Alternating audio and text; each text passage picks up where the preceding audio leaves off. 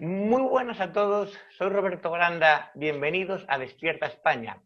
En un mundo azotado por la pandemia con nuevas restricciones ante la segunda ola del virus, la situación en algunos países, además, también se ve recrudecida por las convulsiones sociales. Vamos a tratar de dilucidar hoy qué hay detrás de las protestas en Colombia, si es que, al igual que el Black Lives Matter, es un movimiento político que usan la muerte en una detención policial como excusa. Vamos a hablar de las guerrillas comunistas, del reclutamiento de niños, de cómo operan este tipo de camaradas, soldados, por así decirlo, violentos y muy peligrosos.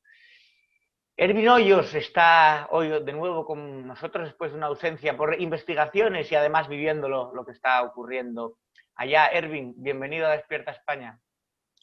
Pues es un gusto, Roberto, estar aquí con usted, con todos los televidentes, con los que nos acompañan, con los que nos siguen cada semana y decirles que efectivamente dentro de este trabajo periodístico vamos a darle los giros que corresponden para poder entender la problemática social que vive el continente americano, que está viviendo también España, y que entendamos que esto obedece a ideologías, que esto obedece a una tendencia que está financiada para generar la desestabilización de lo que llamamos la toma del poder global.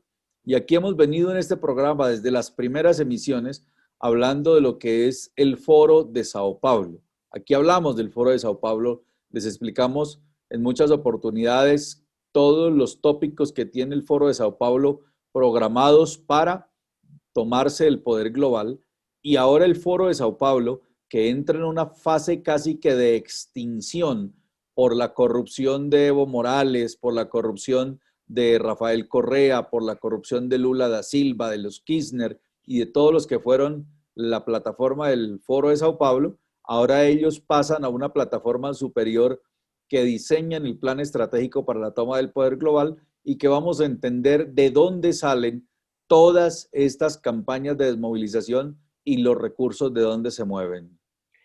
Erwin, la primera noche de protestas en Colombia ya dejó 10 muertos. Estuvimos hablando por teléfono, pero no pudimos grabar. Eh, Ahora mismo, ¿cuánto es el conteo de muertos en Colombia y cómo viviste esas primeras horas, esos primeros días de protesta?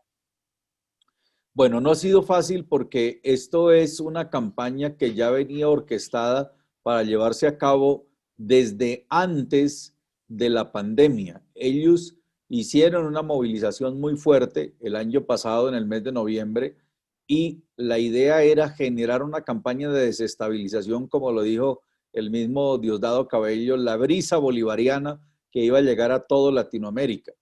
Y para el mes de febrero tenían planeado iniciar de nuevo una acción contundente y pasaban de la brisa bolivariana a la tormenta bolivariana. Pero en eso llegó una tormenta más fuerte que fue el COVID y todo el mundo se tuvo que guardar y entonces tuvieron que literalmente cambiar los planes de esta estrategia de desestabilización de todo el continente, la tuvieron que aplazar y hasta ahora retomó nuevamente.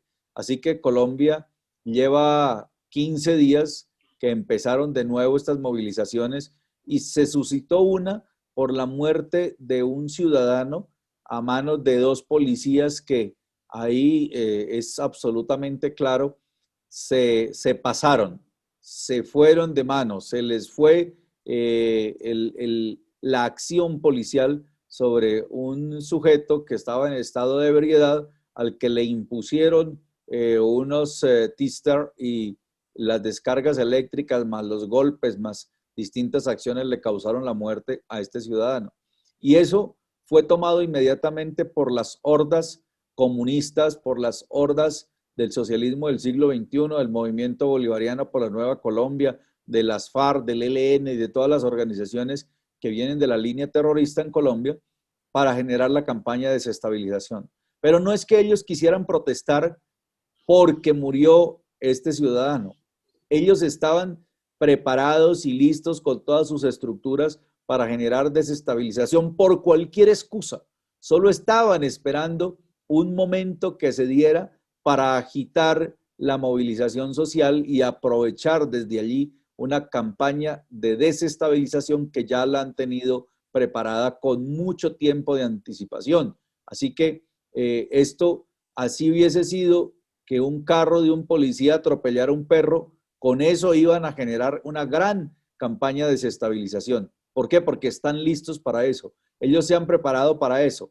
Tienen grandes hordas conformadas por células de barrios, y estas células de barrios a su vez articuladas por un mando que las organiza, y ese mando que responde a un grupo de radio más un grupo de zona, todo obedece a un mando central de un comando de FARC o de ELN, y sucesivamente ese comando le reporta al Estado Mayor, y el Estado Mayor de bloque le manda ya a lo que era el antiguo secretariado de las FARC. Así que estas son estructuras muy bien organizadas, Roberto. Vienen financiadas por el narcotráfico, vienen financiadas por Venezuela, vienen financiadas por las caletas de dinero que dejaron las FARC escondidas, vienen financiadas por todo. O sea, son técnicamente incontenibles por la financiación que tienen. Pero vamos a conocer, si le parece, ese marco histórico, que de este no se salva nadie, porque en cualquier país donde esté el Partido Comunista, allí habrá toda esta estructura que es por orden internacional de la Internacional Comunista, tener instalado en cada país donde ellos hacen presencia. Es decir, son guerrillas comunistas, grupúsculos comunistas, a la espera de una excusa, de algo que prenda la mecha para realizar esas reivindicaciones. Y un apunte, que esto es importante también para entender el pulso al Estado, al hacer la guerra a la policía también en Colombia, a diferencia de en otros países, la policía depende del Ministerio de Defensa, es decir, es militar y no civil. Eso también es una diferencia con, por ejemplo, lo que pasa en España. Sí, claro, efectivamente, la policía está articulada por el Ministerio de Defensa, y ahora ellos quieren que la policía sea civil y que dependa del Ministerio del Interior, y el Ministerio del Interior, pues ellos quieren poner un ministro de su línea ideológica para convertir a la policía en una policía política. Eso es absolutamente grave en una democracia, y eso es lo que no se puede permitir, que una policía que en Colombia realiza más o menos 220.000 operaciones por año, 220.000 operaciones por año, una en donde a 2 policías se les salió de control una situación y causaron una muerte por exceso de fuerza y de procedimiento, quieran usarla como excusa para cambiarle el orden jurídico a una institución que, como lo digo, realiza 220.000 operaciones por año, y 1, 2 o 3 o 5 o 10, las que sean, salieron con errores, salieron malas, o sencillamente cometieron un crimen los policías, pues que paguen ante la justicia, como cualquier ciudadano. El que viole la ley, que pague. Pero eso no implica que entonces ahora hay que cambiar a toda una institución porque un hecho o 2 o 3 o unos corruptos cometieron delitos dentro de la institución.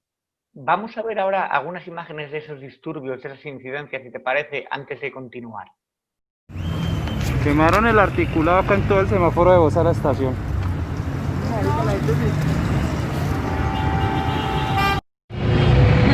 Esa calor que se siente acá, vean, muchachos. Guardemos a lo bien.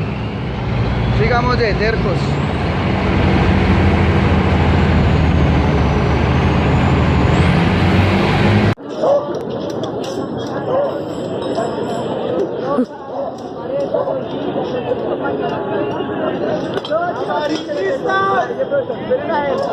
Seguimos caminando. Cuidémonos y guardemos más bien los carros. La estación acá de Bosa, vea.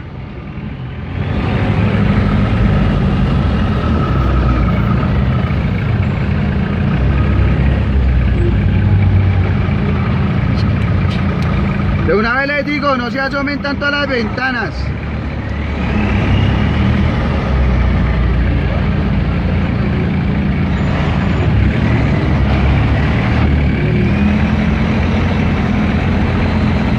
Bueno, Irving, esto es casi un territorio de guerra, las calles incendiadas, la gente echada hacia adelante en la violencia. Imagino que la gente en las ciudades, en las poblaciones, tiene miedo.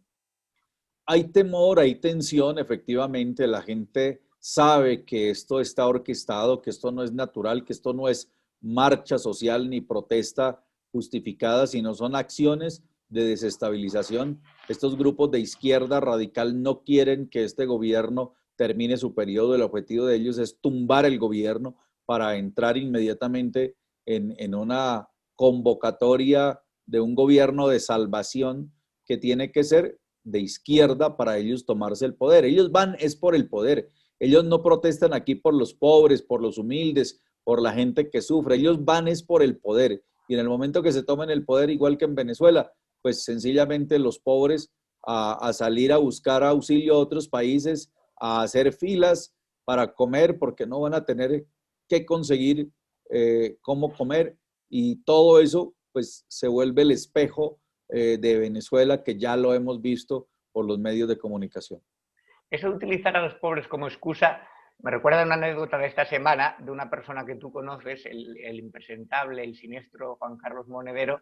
Estaba en una protesta por el confinamiento por motivos de salud, además, de los barrios del sur de Madrid, reivindicando él a los pobres, la pobreza, la clase obrera. Y esa misma tarde se le vio en un restaurante del barrio de Salamanca, que es uno de los barrios más pudientes de Madrid, tomando un vino tinto, sin mascarilla, etcétera, en un sitio que vale el cubierto más o menos 200 euros la comida.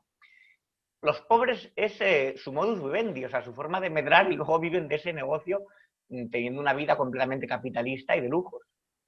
Acuérdate que la causa por los pobres es el punto número 1 del plan estratégico para la toma del poder global. Hay que invocar la lucha por los pobres para justificar todo el accionar del movimiento revolucionario latinoamericano. Entonces, esto hace parte de una estrategia, el uso del imaginario de los pobres, pero usted nunca va a ver a un comunista auxiliando a un pobre. Los usan para llegar al poder, pero los comunistas no saben lo que es auxiliar a un pobre, porque ellos llegan al poder para vivir como capitalistas y a los de ahí para abajo les imponen el comunismo o el socialismo.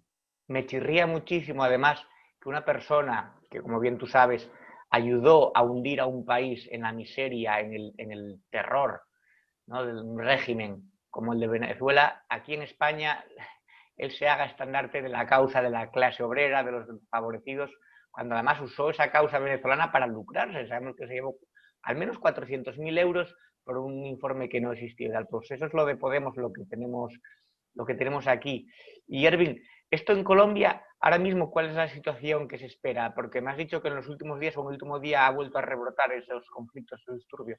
Bueno, justamente ayer de nuevo hubo una convocatoria de todos los sectores del magisterio, los profesores, grupos agrícolas, grupos indígenas, grupos de plataformas sociales, que todos son de la izquierda radical o son plataformas que corresponden a las estructuras de base de organizaciones de la izquierda radical. Y ellos hicieron protestas, pero aunque no se generó gran nivel de destrozos, siempre destrozaron. Lo que ocurrió es que la sociedad ya se está poniendo en plan de reacción. Crearon la Reacción Civil Inmediata, se llama, una organización que ha circulado en redes en estos anteriores días, y la Reacción Civil Inmediata son ciudadanos de civiles que se ponen de acuerdo y salen a proteger los centros de atención inmediata de la policía, los CAI. Entonces, ahí donde hay policías que están prestando un servicio, salen los ciudadanos, rodean el CAI y claro, ya estos terroristas de primera escala, los milicianos de las FARC, del ELN y de estos grupos, pues al ver ya personas civiles ahí cuidando a los policías, miren lo inverso, ahora los ciudadanos de civil cuidan a los policías, entonces ya se abstienen y ya el nivel de destrozos fue mínimo comparado con el de la semana anterior. Me hablabas de que este tipo de guerrillas comunistas, además, lo que hacen es reclutar a niños a lo largo de todo el continente, incluso también en México. Utilizan a la infancia, a las personas más vulnerables, más manipulables también para nutrir sus filas. Justamente quiero mostrarles imágenes de niños reclutados por guerrillas comunistas, por ejemplo, como en este caso México. Miren estos niños reclutados en México por guerrillas comunistas. Miren estos, por ejemplo. Esta es una foto de Infobae, una agencia de prensa argentina. Y miren estos niños ya en fase de instrucción para disparar armas. Miren estos en El Salvador. Esto ocurrió en El Salvador y aquí tenemos el link que nos muestra este hecho de reclutamiento de menores. Miren este caso, por ejemplo, en Nicaragua. Los niños de la guerra en Nicaragua. Y todos son para llevarlos a ser parte de guerras, de guerrillas comunistas. Esto es muy importante entender. Miren esto, por ejemplo. Esto tiene que ver con toda esa estrategia de reclutamiento de menores, el FMLN, que son guerrillas de tendencia comunista y son las que se llevan a los niños. Por ejemplo, los niños reclutados por esta guerrilla comunista de Birmania, igual, como otras guerrillas que iniciaron a nivel de América Latina en Cuba y que esta es la cuna de todas estas guerrillas en donde utilizaban a los niños para adoctrinarlos y los que incumplían las órdenes los fusilaban. Y aquí vemos pues el gestor diabólico de todas estas ideologías en América Latina. Así que es muy importante entender que esto viene de una ideología. Hay una ideología que es el comunismo, el que crea en paralelo organizaciones armadas para reclutar menores. Y además luego los utilizan como parte de choque de esas guerras. Es curioso porque al final, Erwin, todo el mundo o cae o se desmonta o de alguna manera acaban reclamados por la justicia, porque sabemos, además, la noticia que Bolivia denuncia a Evo Morales ante la Corte Penal Internacional por delitos de lesa humanidad. Evo Morales, otro de los referentes de la izquierda española, es decir, aquí lo tenían como un héroe de los trabajadores, ¿no? Siempre usando a los trabajadores como su moneda de cambio. Sin embargo, ¿cómo crees que evolucionará esta denuncia ante la Corte Penal Internacional de Morales? Pues es muy importante entender que Evo Morales le han probado vínculos, primero con organizaciones de narcotraficantes. Recuerde que Evo Morales viene de ser el vocero de las organizaciones cocaleras de Bolivia y estas organizaciones cocaleras son las que le han vendido durante toda la historia la coca para transformarla en cocaína y llevarla por la ruta hacia México y de ahí también hacia Europa. Entonces, él viene de un origen ancestral vinculado con el cultivo de la hoja de coca y luego la industrializaron para meterla en las líneas del narcotráfico a nivel transnacional. Evo Morales está vinculado con el Chapo Guzmán, pertenece a la misma línea estratégica del cartel de los soles de Venezuela y también impuso un cartel de las estrellas en Bolivia. O sea, las estrellas son los símbolos que llevan los generales en la presilla del uniforme. Así que Venezuela, que tiene un cartel de los soles, Bolivia, que tiene un cartel de las estrellas, y Evo Morales, que hace parte de esta estructura, que no le han dado una medida de aseguramiento, una orden de captura, porque faltan tal vez algunos elementos, pero está muy cerca de que le salga una medida internacional de captura a Evo Morales por lavado de activos y por envío de droga a los Estados Unidos. Y hablamos del cártel de los soles en Venezuela, donde el gobierno está formado prácticamente por militares. Sabemos que Vladimir Padrino es que controla el ejército allí y prácticamente la totalidad del gobierno. Delcy, nuestra conocida en España también por su affair con Ábalos, el ministro de Transportes, Delcy Rodríguez es nombrada, Erwin, ministra de Economía. O sea, llevará la economía de Venezuela, la devastada economía de Venezuela, sin tener ni idea. El comunismo, el socialismo es así. Solamente ponen, recuerden que en el punto 13 del Plan Estratégico para la Toma del Poder Global, ellos ponen sus alfiles en los puestos más importantes, en los puestos gerenciales.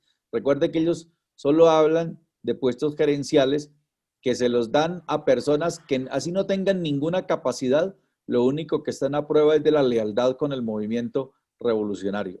La lealtad, eso sí la tienen a toda prueba y son ya personas incondicionales. Pero recordemos que Delcy Rodríguez es hija de un exguerrillero venezolano que fue secuestrador, que estuvo acusado de secuestro y que estuvo vinculado con actos de terrorismo en Venezuela. Y es hija de un guerrillero, un exterrorista que murió y que ella quedó ahí para seguir los pasos de su padre. Y además, una noticia de OK Diario que se ha hecho eco aquí en España, que Delcy ordenó el pago de 1,8 millones a título personal a Pablo Iglesias y a 8 de sus compinches.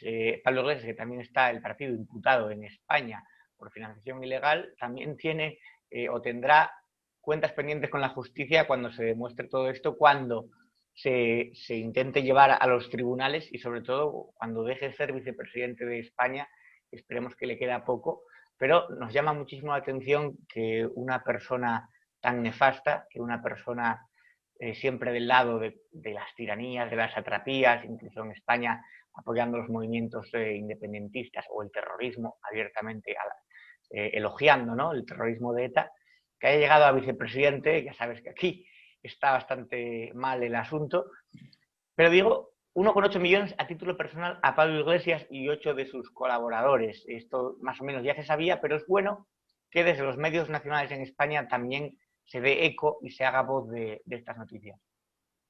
Y muy importante también que se pueda, Roberto, contar siempre. Esto hay que contarlo y repetirlo para que la gente empiece a memorizarse quiénes son los corruptos, quiénes son esos que utilizan el poder para someter a una ciudad, a un país, quienes utilizan el poder para crear alianzas con el terrorismo. Es que no le cabe a uno en la cabeza que haya una ideología que esté vinculada directamente con el narcotráfico, directamente con el terrorismo y no le pase nada.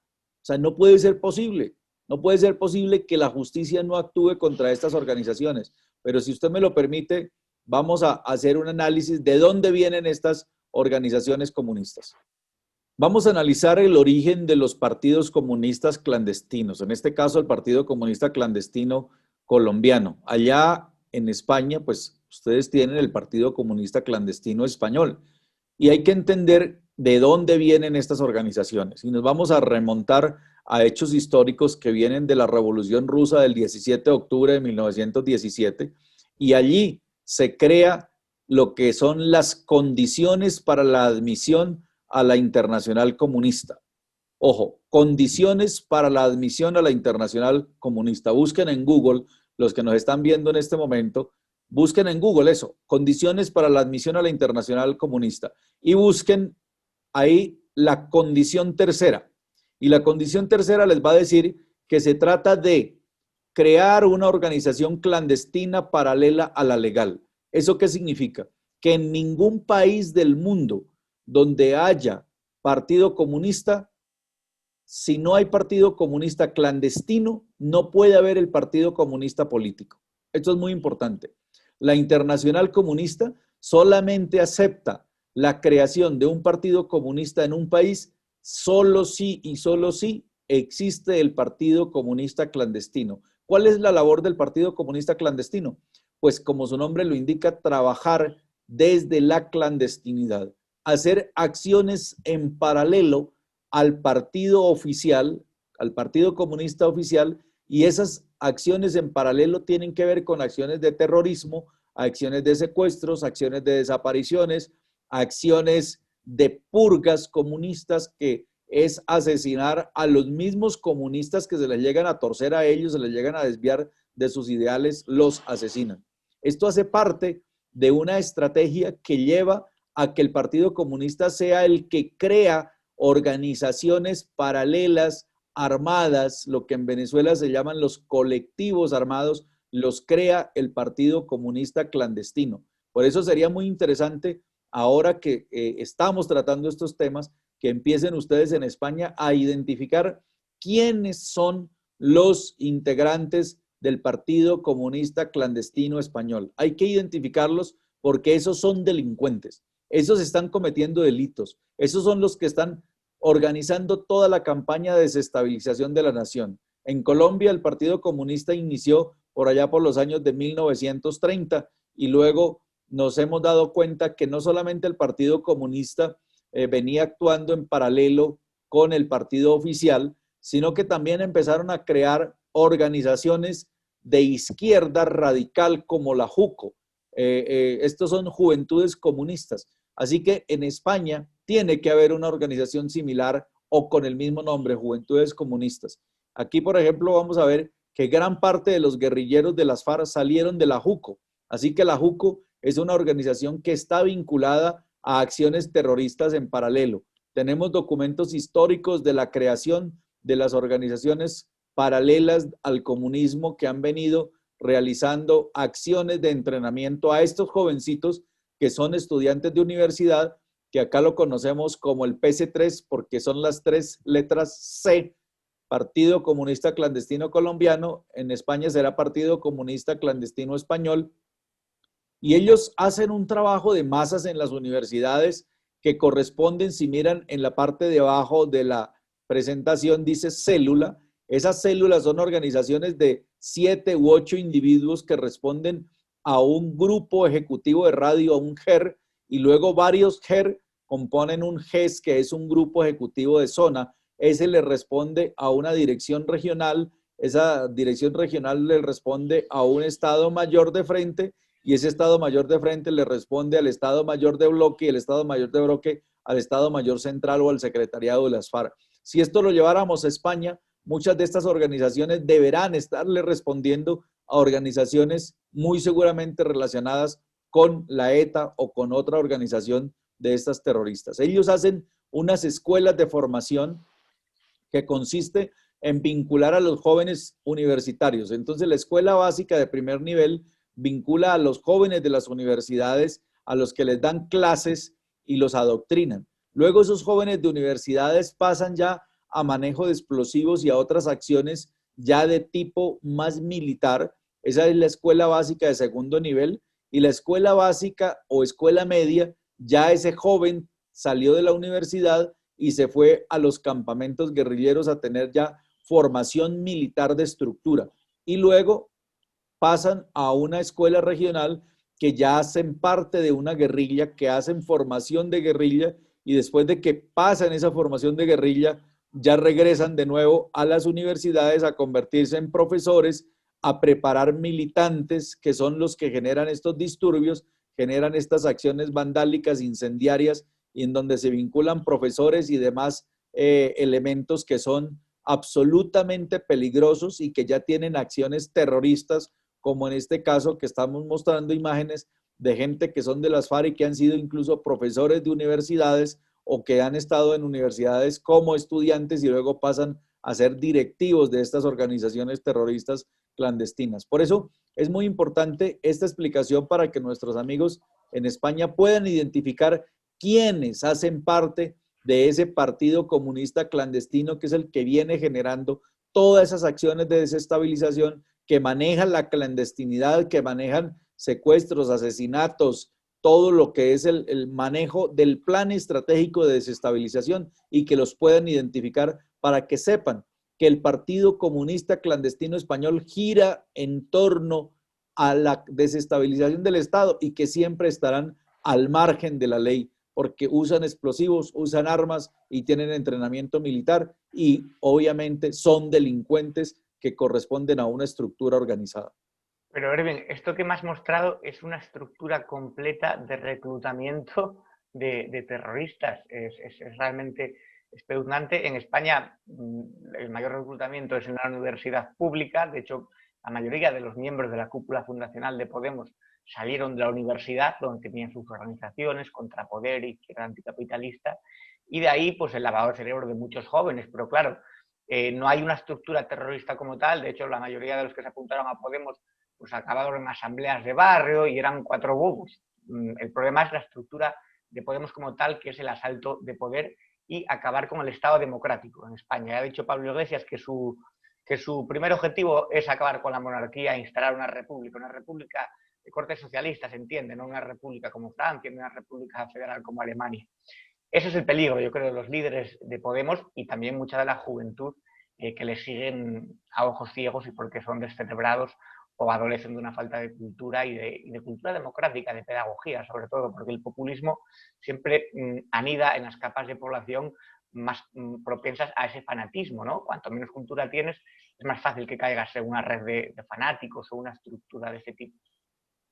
Mire, aquí en este programa, recuerde, Roberto, que lo dijimos, aquí lo anunciamos, que hace parte del plan estratégico para la toma del poder global quitar la monarquía en España, así como convirtieron en símbolo nacional haber retirado los restos del general Franco, convirtieron eso en símbolo nacional. Acuérdese que ellos buscan la creación de símbolos nacionales. Para la izquierda en España, quitar el rey, atentar contra la monarquía, desaparecer la monarquía, sería el símbolo nacional más grande que puede lograr la izquierda en España. Así que ellos no es que la quieran quitar porque digamos que pueden buscarse cualquier excusa. No es eso. Buscan sencillamente sentar un precedente histórico para ellos atribuirse el hecho de que lograron hacer una gesta histórica nacional, internacional en España tumbando la monarquía. Eso lo advertimos en este programa. Incluso hasta yo dije aquí en este programa que tienen que reforzarle la seguridad al rey. Hay que reforzarle la seguridad al rey.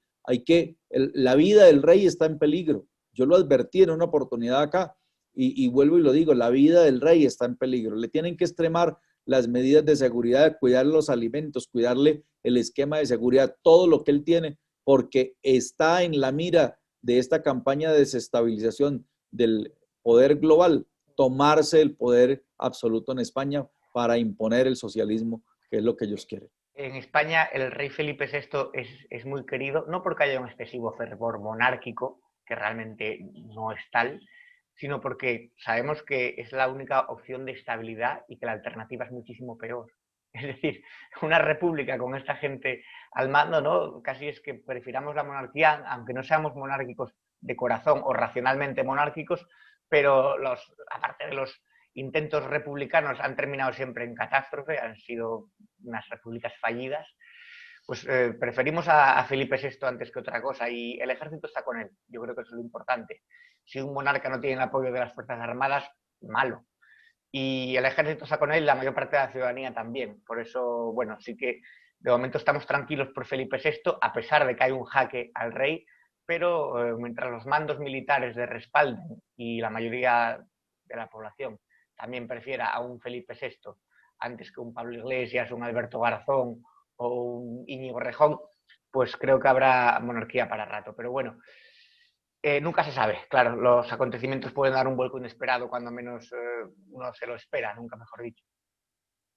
Bueno, yo les quiero proponer para una próxima emisión, para el próximo programa, hacerles una entrega de lo que hacen estas guerrillas comunistas y de lo que hace el Partido Comunista clandestino en distintos países de América Latina reclutando menores y sobre todo en Colombia. Lo que han hecho en Colombia, han sido reclutados más de 40.000 menores en toda la existencia de las FARC, sin contar el ELN y las demás guerrillas de izquierda comunista que ha habido en este país. Así que en la próxima emisión del programa les estaremos mostrando cómo es esa técnica tan perversa para convertir a niños de 9, 10, 11 años en guerrilleros, en terroristas, en secuestradores, convertirlos en asesinos porque los obligan a asesinar a otras personas, los obligan a asesinar a sus compañeritos porque se llevan una cantidad de niños. Póngale que se llevan 200 niños de una región y la misma noche que llegan allá, los someten al terror, les lanzan granadas, hacen disparos, los niños tenderse, arrastrarse y les fingen un combate para meterles terror. Los someten a intensos entrenamientos y cuando los niños están cansados, al que está cansado lo sacan al frente, al que está llorando, el que acaba de salir de su casa, porque es que los acaban de sacar de su casa. Pues estos niños que tienen 9, 10, 11, 12 años, pues ¿qué hacen? Lloran pidiendo volverse a su casa. Entonces sacan a 3, a 4 al frente en medio de una formación de 200. Dicen, ¿quién quiere irse para su casa? Levanten la mano. Y salen los que levantan la mano, 3, 4, 5, o incluso todos, pero sacan a los 3, digamos, a los llorones, a los que están más desesperados, los sacan al frente. Y luego ponen a otro niño y le dicen, venga usted, dispárale a estos. Y el otro niño pues dice, obviamente no, yo cómo les voy a disparar, o sea, yo nunca he hecho eso. Entonces, uno de ellos, de los instructores, saca el arma y los mata a los 4 delante de los otros 200. Pues a partir de ese momento, se ganaron el respeto, se ganaron la obediencia de estos chiquitos que se los acabaron de llevar de su casa.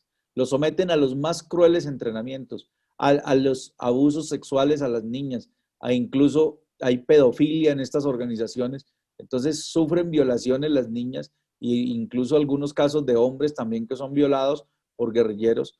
Y ahí empieza esa travesía que muchos niños de esos 200 que reclutan en cada grupo quedan o han sobrevivido 20 o 30 porque la mayoría mueren en combate, otros son fusilados por distintos hechos y de todo eso yo quiero hablarles en la próxima emisión. Vale, pues quedamos reemplazados a la próxima semana o al próximo programa de Despierta España. Podemos hacer 2 esta semana, ya veremos, para suplir las ausencias anteriores. Erwin Hoyos, investigador y corresponsal de guerra, muchas gracias por otro ejercicio más de interesante periodismo y necesario, además. Así que gracias y un abrazo. Un abrazo, Roberto. Feliz noche y aquí estamos para decirles a todos, Despierta España. Despierta España, Erwin, un abrazo.